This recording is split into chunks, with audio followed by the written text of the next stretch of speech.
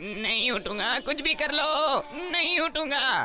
क्यों भाई, मुझे तुम्हें बाहर घुमाने भी ले जाना है और तुम उठने का नाम ही नहीं ले रहे। कुछ पता भी है, महल्ले के सारे बच्चों ने मुझे घुमाने की बारियां लगाई हुई हैं। गुड्डू, पप्पू, चुन्नू, मुन्नू, कितने सारे बच्चे। मैं सुबह से सिर्फ चक्कर पे चक्कर काट रहा हूँ। उफ, मैं तो तंग आ गया हूँ इन बच्चों से। चलो तो एक बार फिर बाहर की हवा खा लो। मुझे समझा क्या हुआ है, मैं कोई साइकिल हूँ क्या? मेहरबानी करो, मुझ पर रहम करो।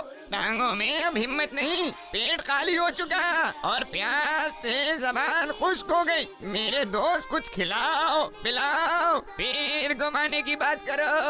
बकरे मियाँ, आज ही मैं सब बच्चों को जाके समझाता हूँ और तुम्हारे लिए खाना पानी भी लाता हूँ। प्यारे बच्चों, बकरों को ज्यादा नहीं भगाना चाहिए, इससे आपको और बकरे को चोट लग सकती है और आप गिर भी सकते हैं। बकरों को टहलाइए, मगर उनकी मर्जी के मुताबिक चलाइए।